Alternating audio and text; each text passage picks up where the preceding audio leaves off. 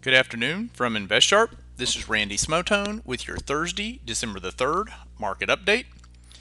On the economic front, the weekly jobless claims were 457,000, beating the forecast of 485,000. The November ISM non-manufacturing index report was 48.7, much worse than the expected 52.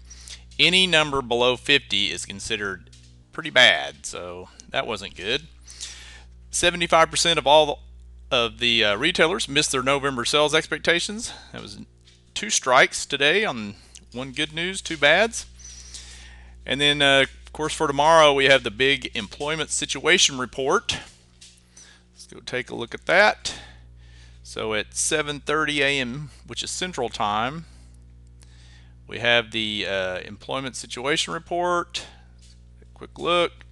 So consensus is minus 100,000 on the non-farm payrolls and unemployment rate of 10.2%. So watch for that. And then also another potential market mover is your factory orders. Consensus is 0.2%. All right, the dollar was up slightly, and gold, silver, copper, and oil were down today. Light sweet crude futures were down today by a whole 14 cents to settle at 76.46 a barrel. Let's go to the Dow. The Dow closed down 86 points to 10,366. The S&P closed down 9 points to 1,099, and the Nasdaq closed down 11 points to 2,173. The Nasdaq held up the best today with a loss of 0.54%, and the S&P was the weakest, down 0.84%. Of course, we started out the day pretty good on the news yesterday after the close that Bank of America is going to repay the $45 billion back of TARP money.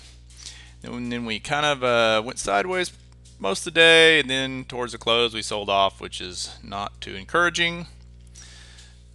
So if we sit here and look at the Dow,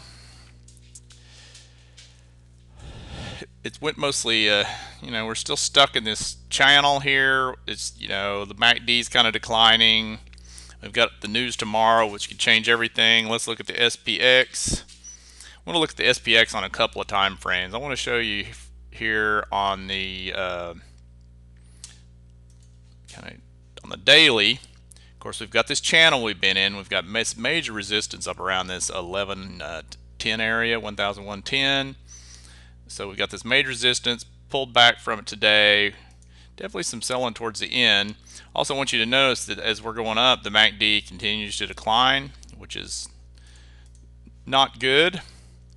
And then if you look at the 5-year weekly, you see this line here. We've basically, we've run right into this downtrend line on the weekly on the S&P. So that's resistance. Then we also have, if you come back here and look at doing a monthly here, we've also got right around that 1100 mark. So we've got a lot of resistance to overcome up here in this area. So obviously, because we're having a heck of a time getting through it, so keep an eye on that, keep that in mind. I'm actually a little, not like real bearish, but I'm a little bearish, thinking we may at least come back down to here, or or worse. But typically December is kind of bullish. I think historically we're usually up about 1.5% or so by the end of September. So I don't think the market will fall apart, but we might be in for a a healthy little dip here, pull back. Let's look at gold. Gold was had quite a bit of volume today, but it's so strong. I mean, I'm not sure how. I would guess they'll probably come in and buy the dips again. That's what they've been doing. XLF financials look really bad. Look at all the volume on the XLF. This candle here, all that volume kicking in. They were not, GS, Goldman Sachs, the PNC, Wells Fargo. None of them look great today at all. That's one reason why I think we may be in for a dip or a pretty decent pullback, possibly. Retailer, XRT, another one. I mean, they've been kind of hitting it anyway. Look at the volume in the red here to the downside.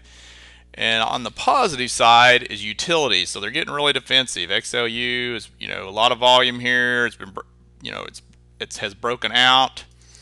So that just tells you that the money is flowing in more defensive plays.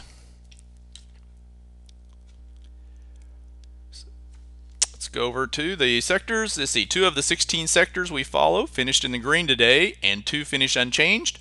The semis, we follow the SOX, SOX, we're up a little over 1%, and the utilities were up about 0.4%. And then the retail index, the RLX, and the healthcare index, HCX, finished the day unchanged. The weakest sectors were, of course, the banks, which we follow the BKX, and the home construction index, we follow the DJUSHB, both down over 3%. So I would, if you're going to invest in something, I'd go utilities or tech, it looks like. So let's go look at the VIX. You know, we talked yesterday about we get anywhere near this 20 area, probably bounce back up. We certainly did that, even though the MACD isn't looking all that great here on the VIX. So something else to watch. See, on the chart watch, we'll go through these pretty quickly. I talked about Marvell, MRV, having a earnings after the bell today, and I've just this inverted head and shoulders we've been watching for a while. Looks great.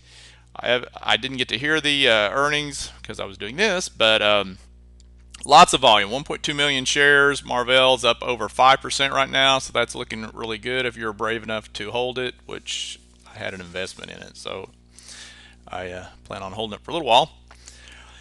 Then if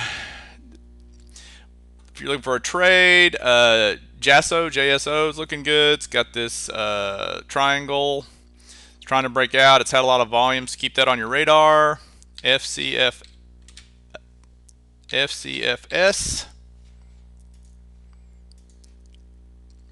Like this chart here, it's had an ascending triangle. It's broken out recently. Broke out here.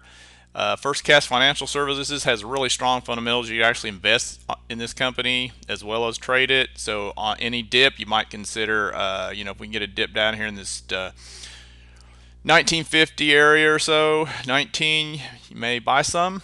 It's actually even, of course, there's not much volume up a little bit after hours. Keep that on your radar. Another one you might look at, Floor, FLR. It looks like it's trying to bottom down here. So you might want to keep that on your radar. I would wait until it crosses, possibly wait till it crosses above that downtrend line, or you could buy a partial position here and then add if it goes across, up above this, say 45s.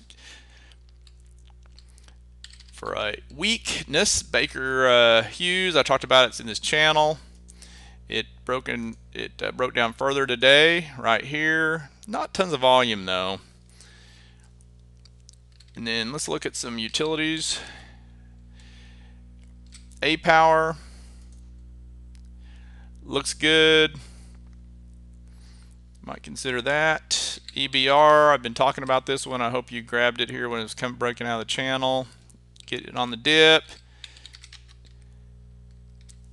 CPL, another utility that looks good. CEG, Constellation, been kind of going sideways. Recently, a bunch of volume on this breakout above the right there, out of its resistance. And DPL also looks good, recent breakout. So let's go over and take a look at the current market signals. We follow the point and figure charts for the Dow, the Nasdaq, and the S&P.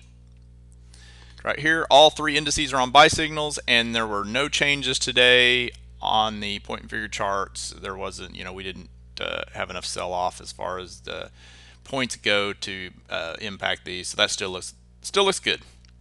That's it for today. Thanks for joining me, and remember to always invest sharp.